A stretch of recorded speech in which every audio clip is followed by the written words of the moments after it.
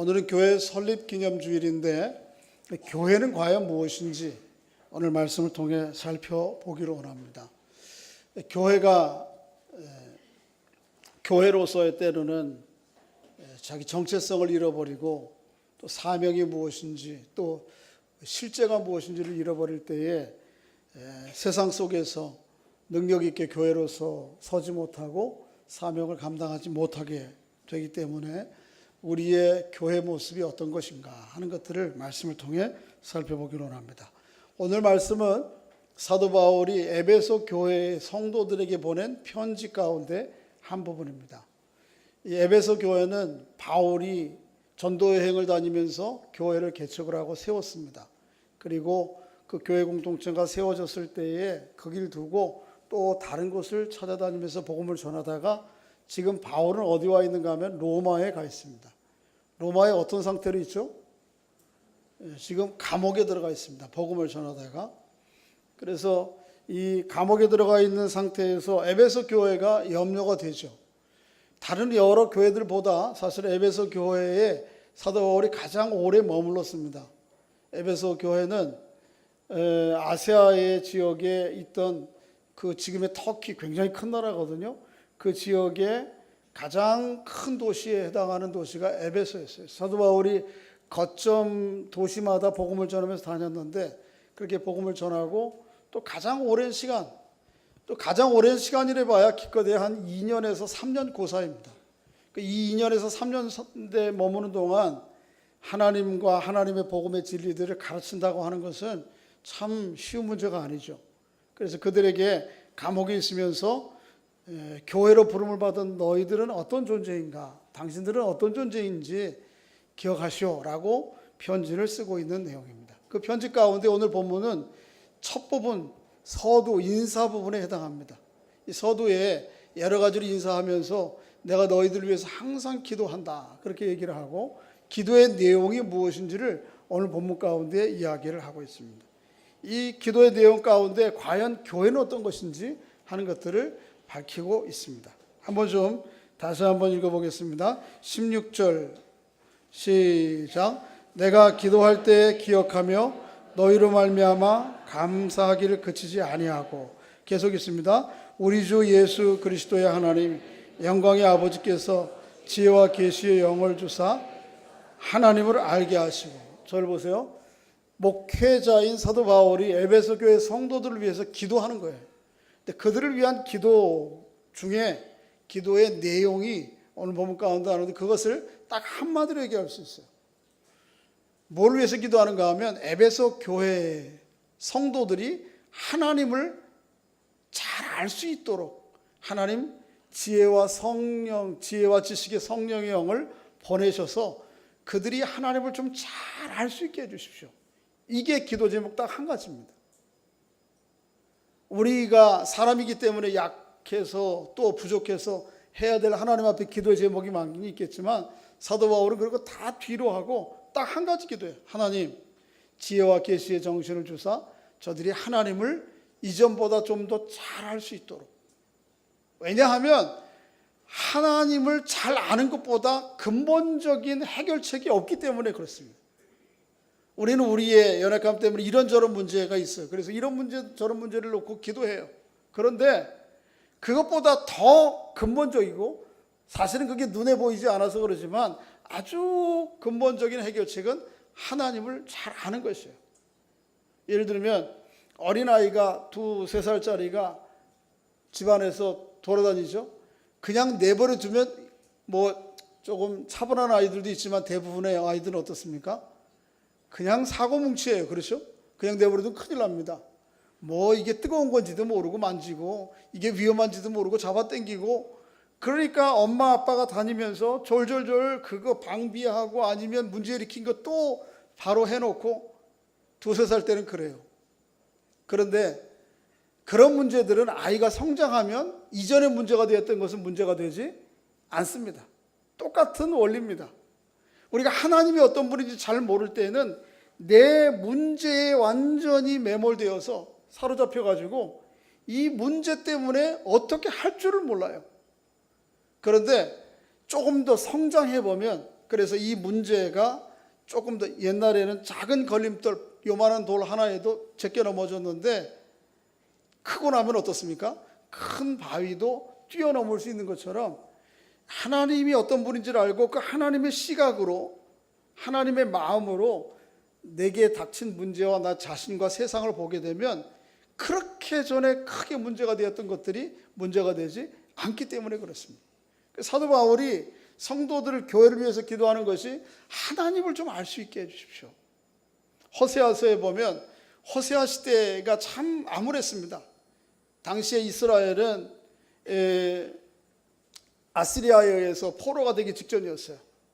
그러니까 나라 정세가 얼마나 뒤숭숭했겠어요? 또 26년 동안 왕이 6번이나 바뀌었습니다. 요즘이야 뭐 5, 6년마다 대통령을 바꾸지만 옛날에는 한 사람이 왕이 되면 그 사람 수명 다 할 때까지 하는 거잖아요. 26년 동안 6명이 왕이 바뀌었고요. 그 중에 4명은 암살되었습니다. 그 정도로 이스라엘이 얼마나 불안한 시대였는가를 알 수 있어요. 또 하나님을 섬기는 사람들이 하나님만이 아니고 온갖 신들을 다 섬겼어요, 주변에. 그래서 문제가 한두 가지가 아니죠. 그런데 호세아 선지자가 나타나서 하는 말이 뭐예요? 이 문제는 이렇게 해결하고 저 문제는 저렇게 해결하고, 이게 아니에요. 뭐예요? 오로지 한 가지였어요. 하나님을 알자. 하나님을 힘써 알자. 하나님을 알자. 이전보다 하나님을 힘써 알자. 그 하나님을 알고 하나님을 힘써 알면 그 모든 문제에 대한 근본적인 해결이 되기 때문에 사도 바울이 오늘 교회를 향해서, 여러분과 저에게를 향해서 하는 말씀이 그것입니다. 교회가 하나님을 알면 아는 만큼 능력 있게 흔들림 없이 세상 가운데에서 살아가요. 성도들이 살아가고 교회가 역할을 감당합니다. 그렇게 17절에 하나님을 알게 해주시고 그렇게 기도한 후에, 근데 저를 보세요. 하나님을 어떻게 알아요? 하나님이 보여요? 들려요? 손에 잡혀요? 모른단 말이에요. 그러니까 하나님을 아는 방법은 하나님이 어떻게 행하셨는가를 통해서 하나님이 어떤 분인지를 알아요. 그런데 18절부터 19절 말씀이 하나님이 어떻게 우리에게 행하셨는가에 대해서 기록을 하고 있어요. 그것을 통해서 우리가 하나님이 어떤 분인지를 깨닫게 됩니다. 먼저 18절 상반절을 한번 같이 읽어보겠습니다. 시작. 너희의 마음의 눈을 밝히사 그의 부르심의 소망이 무엇인지. 저 보세요.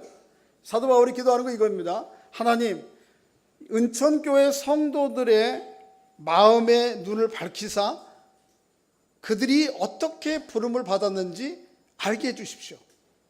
만일 은천교회 성도들이 어떻게 하나님께로부터 부름을 받았는지 안다면, 그러면 이 남은 생에도 넉넉히 믿음으로 성도로서 승리할 수 있습니다. 이 얘기입니다.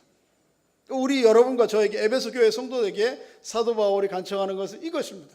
하나님, 하나님의 부르심의 소망이 무엇인지 알게 해주십시오. 자, 저를 보세요.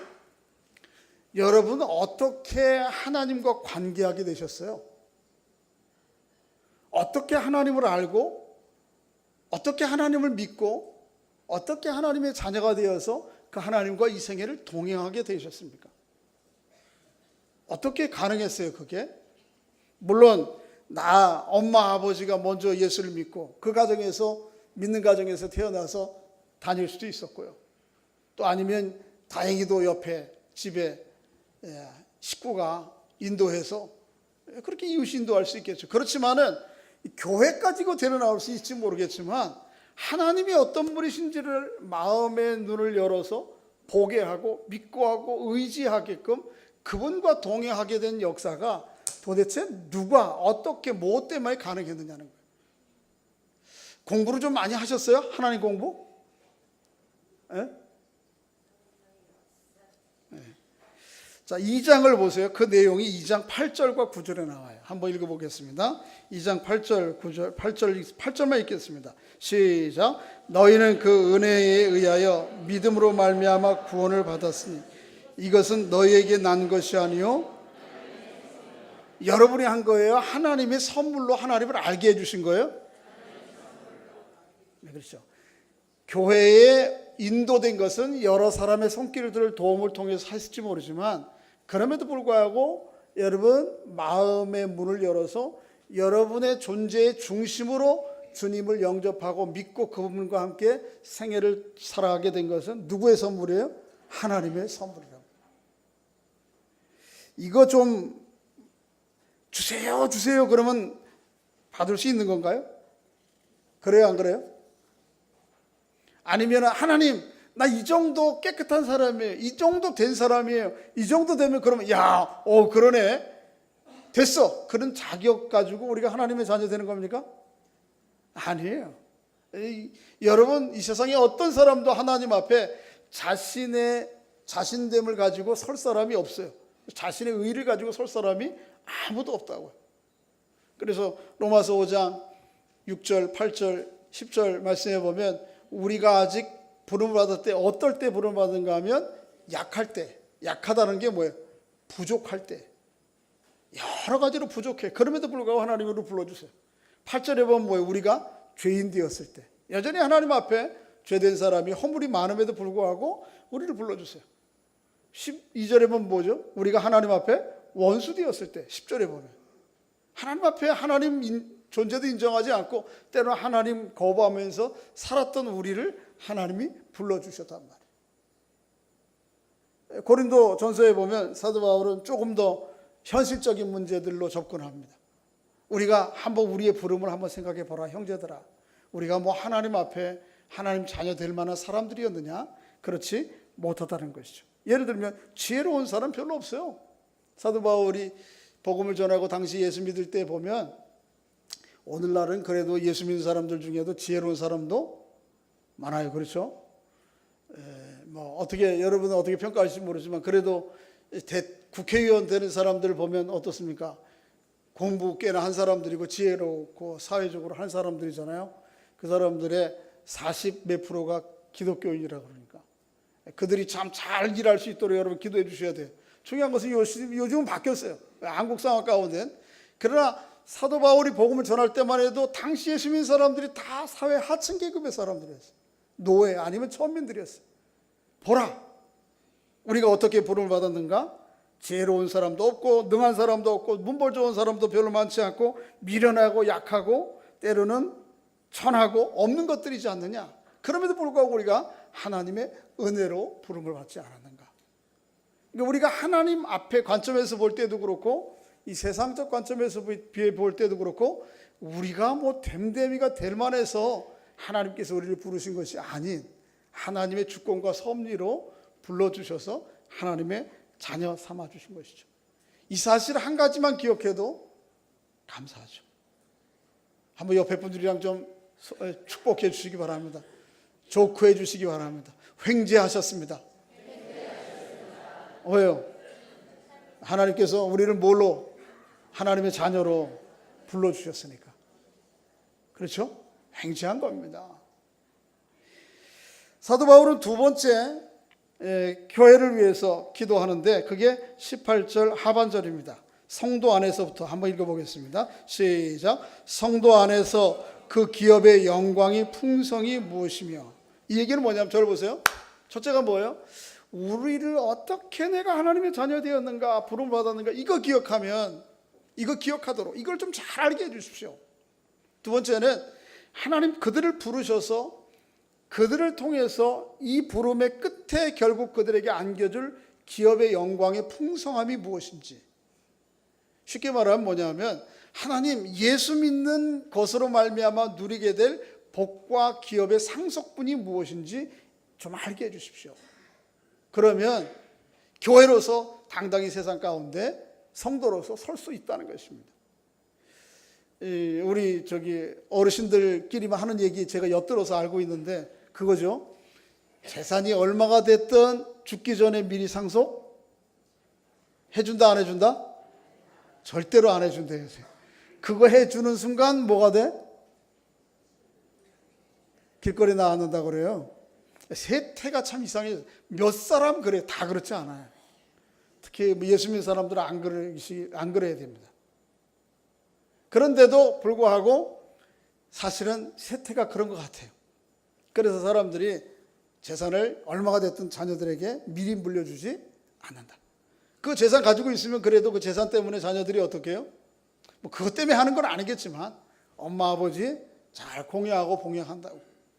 오늘 목사님 전에 설교해 주신 적 그런 적 있잖아요. 애들이 하도 부모에게 대우를 안 하니까 이 두 부부가 짰어요. 그리고 어떻게 해요? 어느 날 가지고 괴짝을 하나 사다 놨어. 무거운 괴짝을. 그리고 그 괴짝 안에다가 사금팔이 깨진 거, 옛날에 그릇 깨진 거 그릇을 잔뜩 갖다가 놓고 열쇠를 큰 걸 사다가 잠가놨어. 그래 보니까 자녀들이 오늘 갑자기 보니까 아버지 무슨 괴짝이 있네요. 이게 뭐예요? 그랬더니 아버지가 알 거 없다. 궁금한 거예요. 근데 늘 어머니는 그걸 다 이렇게 다른 사람 손 못 대게 닦아. 그래서 아버지 어머니가 돌아가시고 난 다음에 자녀들이 얼른 모였어요. 형 빨리 와. 이거 뭐지? 이게 뭘까 도대체? 열어보자.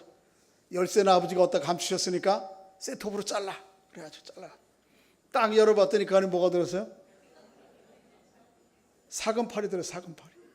그런데 자녀들은 어쨌든 그것 때문에 이전보다 더 어머니 아버지 찾아뵙고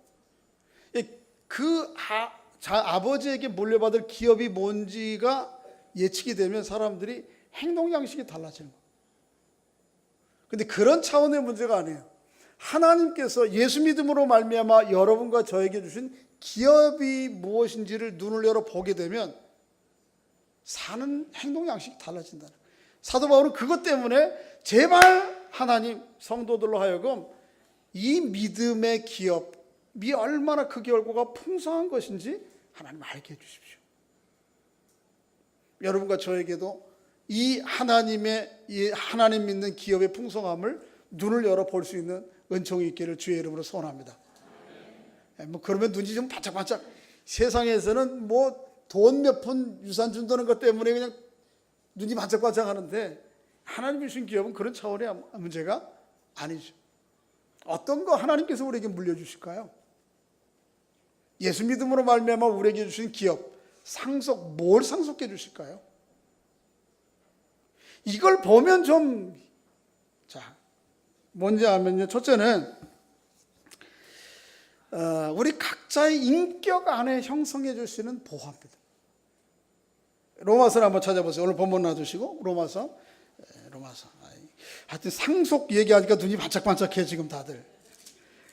로마서 8장을 보시면, 로마서 8장입니다. 로마서 8장 28절부터 30절까지 한번 좀 읽어보겠습니다. 시작. 우리가 알거니와 하나님을 사랑하는 자 곧 그 뜻대로 부르심을 입은 자들에게는 모든 것이 합력하여 선을 이루느니라. 하나님이 미리 하신 자들을 또한 그 아들의 형상을 본받게 하기 위하여 미리 정하셨으니 이는 그로 많은 형제 중에서 맏아들이 되게 하려 하심이라. 또 미리 정하신 그들을 또한 부르시고 부르신 그들을 또한 의롭다 하시고 의롭다 하신 그들을 또한 영화롭게 하셨느니라. 자, 저를 보세요.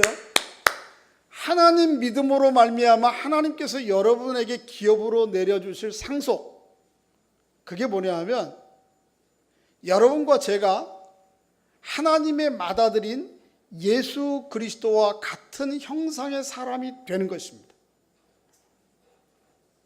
별로 안 놀라시네. 그것보다 집 한 채, 이겁니까? 하나님께서 예수 믿음으로 말미암아 우리에게 주시고자 하는 기업이 뭔지 아세요? 상속이 뭔지 아세요? 첫째는 여러분과 제가 다 예수 그리스도와 같은 형상의 사람이 되는 것입니다. 한번 좀 여쭤볼게요. 우리 누님들. 한 80 정도, 90 정도 되면, 가시 가까우면 좀 인간이 돼가네. 인간이 좀 됐네. 그런 생각이 듭니까? 하나님, 이만하면 좀 인간 됐죠? 사람 됐죠? 그런 생각 드세요? 아니, 얘기해봐요. 누님들. 왜? 나는 거기까지 안 가봐서 모르는 거예요. 그래서 묻는 거예요. 근데 제가 볼 때는 그렇지 않을 것 같아요.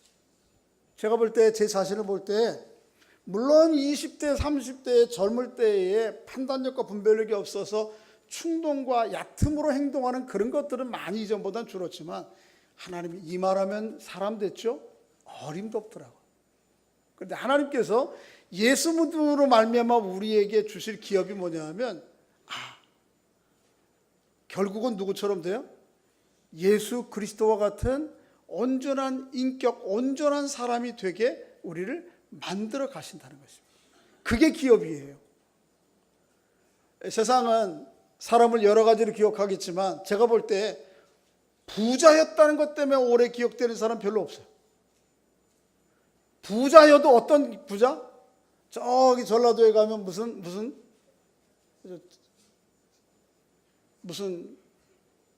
부자? 최부자? 네, 최부자예요? 왜 최부자? 그 최부자 자체 때문에 사람들이 기억하는 게 아니에요. 그분은 뭐예요? 자기에게 있는 많은 재물을 가지고 사람들에게 뭐 하는 거예요?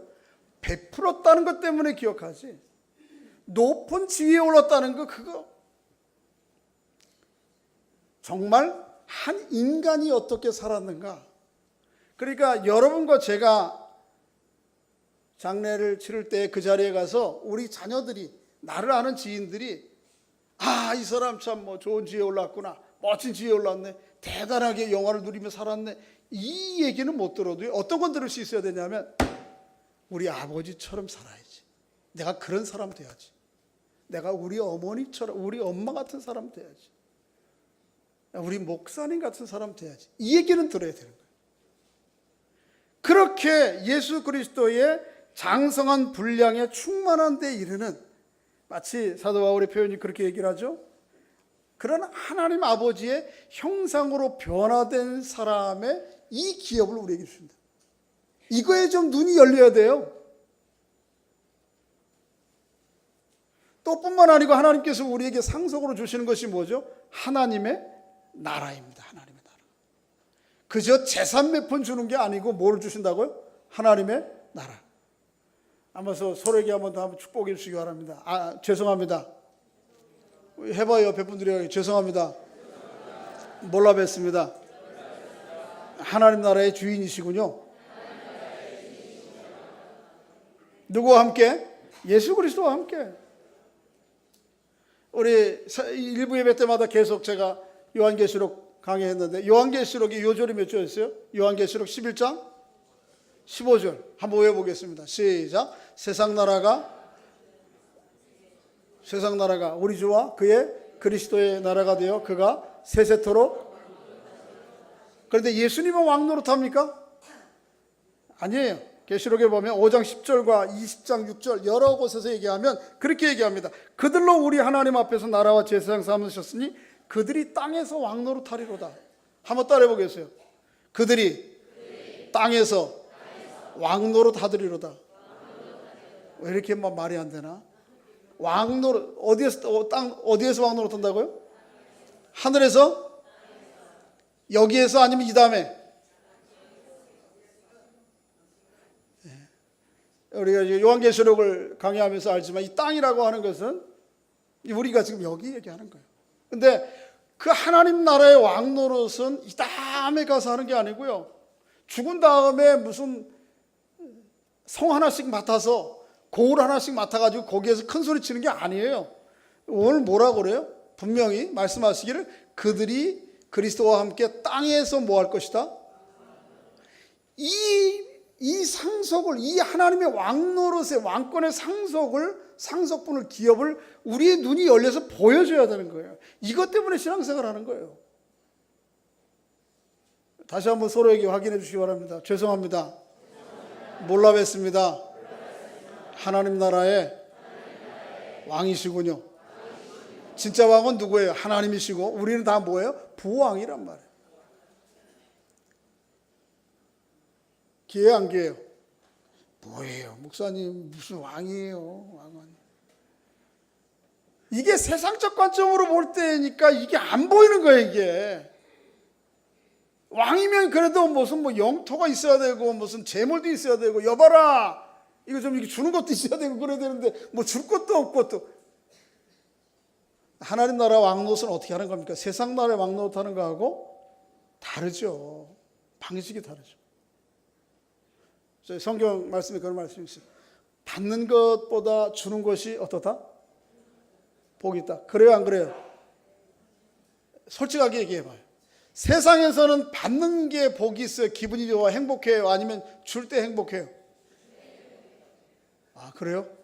빨리 좀 가져오세요. 그럼 좀 여러분의 기쁨을 드리기 위해서 기회를 드리는데 왜 안 가져오시냐고.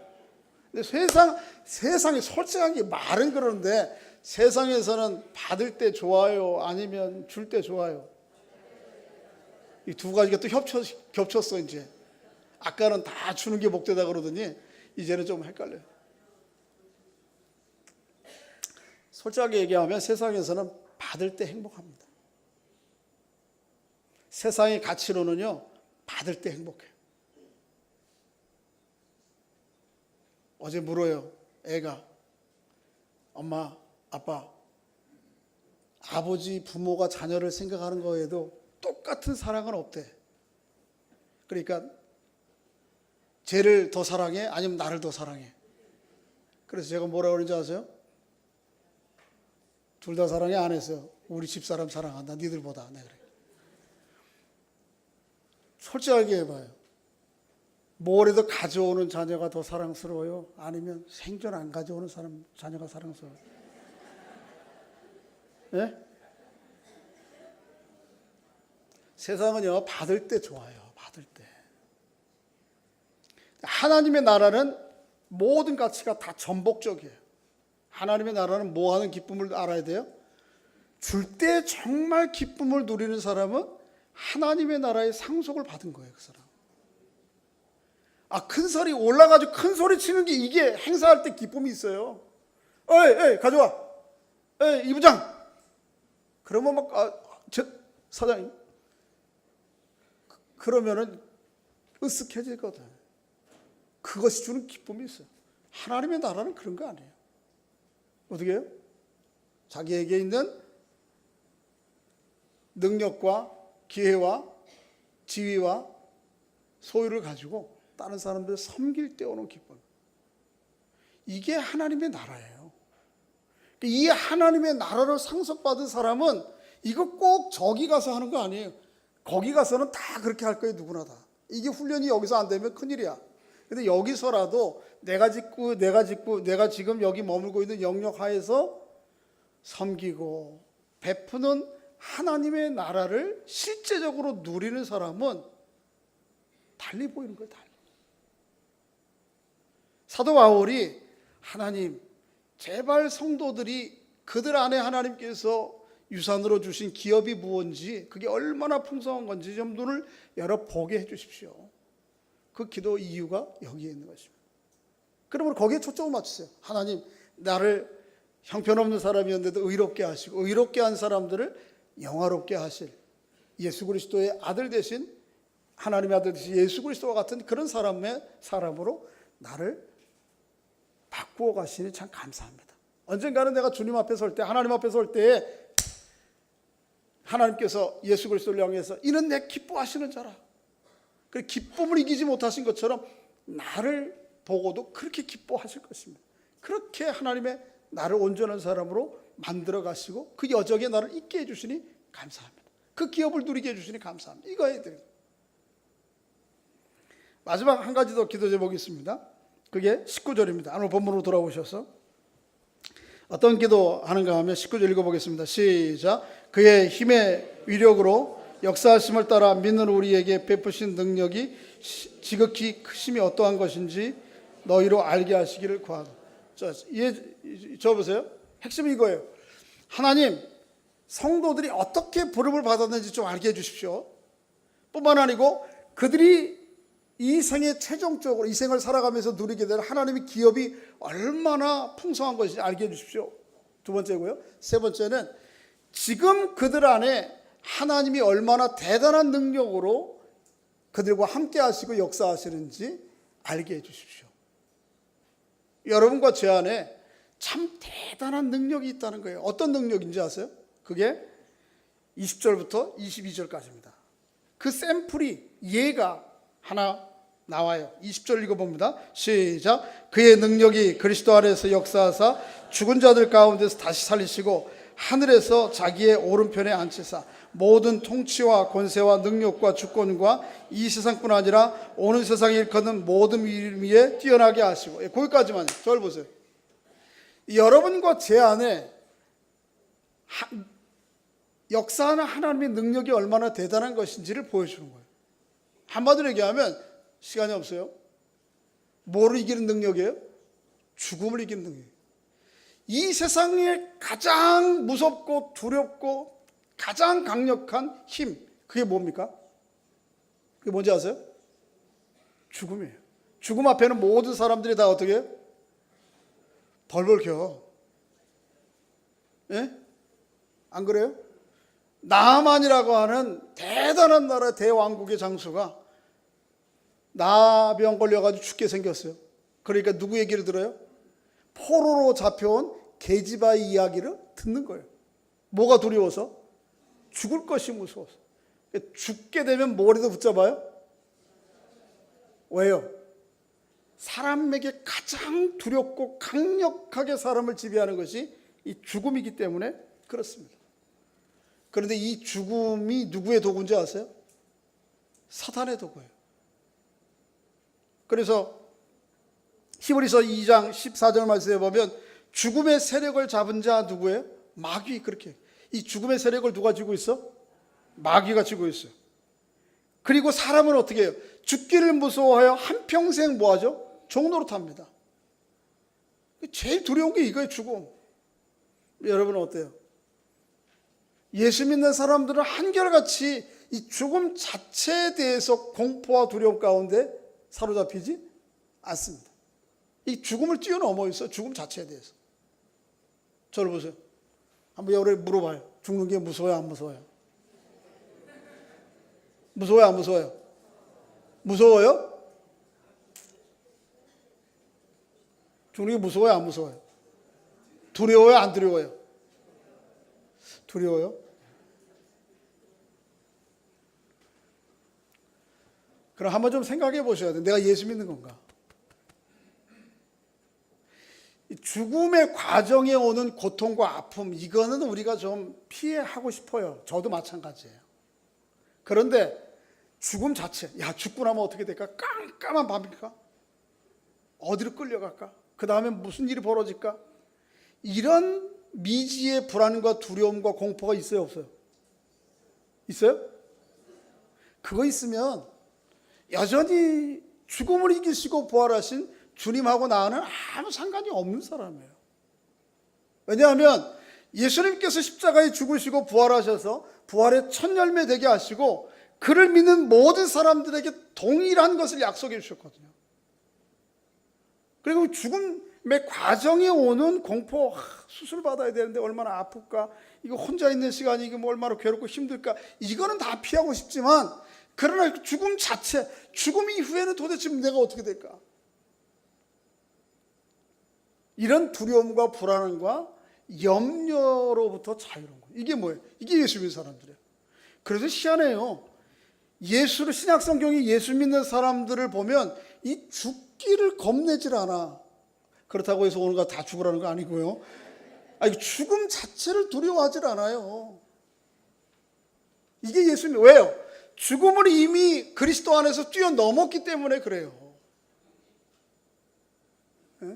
그래서 히브리서에 보면 뭐 어떤 사람들은 예수 믿다가 신앙생활하는 것 때문에 옥에 갇히고 뭐 창에 찔리고 굶주려 죽고, 그런데 이 사람들 그런 거 하나도 안 두려워하는 거예요. 그러니까 히브리서 기자의 결론이 마지막에 뭐예요? 세상이 이런 사람들을 감당하지 못한다. 왜요? 이미 죽음을 뛰어넘어 있으니까. 이거를 좀 보게 해달라는 거예요. 그 능력이 여러분과 제 안에 지금 역사하고 있다고요. 할렐루야.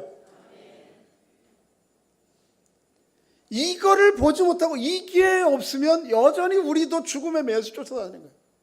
연말에, 연초에 되면 매스컴에서 잘못 호도되는 사람들을 좀 계몽성, 경고성 기사를 내보내잖아요. 그 중에 하나가 뭐냐면 올해 연초에 나온 거예요. 어떤 40대 여인이 무속인에게 16억을 갈취당했어요. 이유는 뭐냐면 내가 내 방식대로 하지 않으면, 구슬하거나 뭘 하지 않으면 내 남편이 바람나서 얼마 후에 죽게 된다는 거예요. 그래서 얼마? 1600원도 아니고 얼마요? 16억 갖다 주고, 그 다음에 자기 재산 중에 일부가 또 어떻게 해요? 근저당해서 갖다 줘. 뭐 때문에 그래요? 죽는다, 이게 무슨 거. 그래가지고 완전히 거기 매여 있어. 예수 믿으면 어떻게 해요? 그런 거 안 해요. 뭐 요즘 건강이 좀 피곤하다고 장로님들도 걱정이고 저도 그런데 제 아내도 가까이 옆에서 걱정해요. 그래서 운동하다가 운동 열심히 하라고 그러고 먹어야 될 거 먹어야 될 거라 그러면서 한마디 하는 거예요. 당신 그러다가 죽으면 어떻게 하냐고. 나는 어떻게 하냐고. 애들은 어떻게 하냐고. 교회는 어떻게 하냐고. 제가 그 얘기는 뒤에 붙인 거고 앞에 딱 한마디 했어요. 당신 그러다 죽으면 어떻게 하냐고. 그래서 제가 그랬어요. 할렐루야지, 할렐루야. 할렐루야 아닙니까? 자녀들을 어떻게 할지는 하나님이 아실 거고, 또 아내는 어떻게 할지 하나님이 아실 거고, 교회는 어떻게 할 거를 하나님이 아실 거지, 뭘 내가 그걸 걱정해요. 오늘이라도 주무시다가 내일 눈 안 떠지면 할렐루야예요. 죽음 자체가 두려운 게 아니에요. 그렇게 편안하게 죽는 걸 얘기하신 거군요. 어쨌든 어떻게 가든 그 죽음 자체는 우리에게 공포가 아니에요. 여전히 여러분 예수 믿으면서도 이 힘이, 이 부활의, 죽음을 이기신 부활의 능력과 힘이, 이 확신이 여러분과 제 안에 없으면 한번 생각해 봐야 돼요. 예수 믿는 건지. 예수의 부활의 생명과 능력이 여러분과 제 안에 역사하는지 한번 생각해 봐야 돼요. 아니에요. 그럴 수 없어요. 사도 바울의 얘기가 그거예요. 눈을 열어서 우리 안에, 믿는 자들 안에 이 강력한 힘이 역사하고 있다고 하는 것을 좀 알게 해달라고. 사도 바울이 여기 안다고 하는 것은 개념적으로 안다는 그 얘기가 아니에요. 히브리 사람들이 아는 경험적으로 안다는 것입니다. 이걸 좀 봐야 돼요. 그래야 교회로서, 성도로서 넉넉히 세상을 살아가게 돼요. 그렇지 않으면 여전히 예수 믿으면서도 그것 때문에 죽음, 이것 때문에 벌벌벌 끼고. 잘 돌보세요. 몸도 잘 돌보긴. 병원도 좀 가시고 가실 때는. 그러나 죽음 자체에 대해서 우리가 두렵지 않아요. 이제 말씀을 맺겠습니다. 우리의 문제는 한도 끝도 없어요. 한도 끝도 없어. 그러니까 하나님 나 알아주세요. 내 문제 알아주세요. 이것보다 해야 될 게 뭐냐 하면 뭘 알아야 돼요? 하나님을 좀 더 알아야 돼요. 하나님이 어떤 분이시죠? 그러면 내 문제를 보는 시각이 달라지고 내 문제에 대한 대처의 방식이 훨씬 달라져요. 어떤 사람은 고난의 문제, 어려움의 문제가 있으면 산에 죽네 이거 가지고 그래요. 근데 어떤 사람은 뭐라고 그래요? 이렇게 고백해. 고난당하는 것이 오히려 내게 유익이라. 이로써 내가 주의 윤례를 알게 되었다. 똑같은 고난을 보면서도 어떤 사람은 산에 죽네 하고 어떤 사람은 고난이 오히려 내게 유익이다 라고 그렇게 얘기한단 말이에요. 이게 뭐예요? 하나님을 아는 만큼, 하나님을 경험한 만큼의 차이예요. 하나님이 없는 사람은 여전히 그 문제 가지고 산에 죽네 하는 거예요.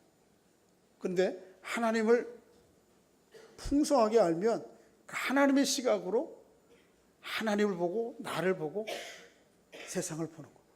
나의 부르심과 하나님 앞에 나의 인생의 시작이 어떻게 시작되었으며 결국 나에게 가져다 줄 기업의 풍성함이 그 결국이 어떨지를 알고 지금 어떤 하나님의 능력과 은혜가 이 가운데 역사하고 있는지 그거를 경험하고 누리며 살아가는 그런 교회 성도들 될 수 있기를 주의 이름으로 축복합니다. 아버지 하나님 은혜를 감사합니다. 참 교회로 하나님의 자녀로 부름을 받았다고 하는 것이 이렇게 귀한 것인지 오늘 말씀 통해 다시 깨닫게 해주시니 감사합니다. 그렇게 하나님의 거룩한 자녀 되어 싸운즉 또 하나님의 영광스러운 자녀될 존재로 부름을 받아 싸운즉 또 십자가의 죽음을 이기시고 부활하셔서 부활의 생명으로 우리 안에 역사하시는 생명의 능력이 우리 안에 있사온즉 능력 있게 담대함을 가지고 소망 가지고 남은 생에 살아가는 성도들 될 수 있도록 은혜를 베풀어 주시옵소서. 예수님의 이름으로 기도하옵나이다. 아멘.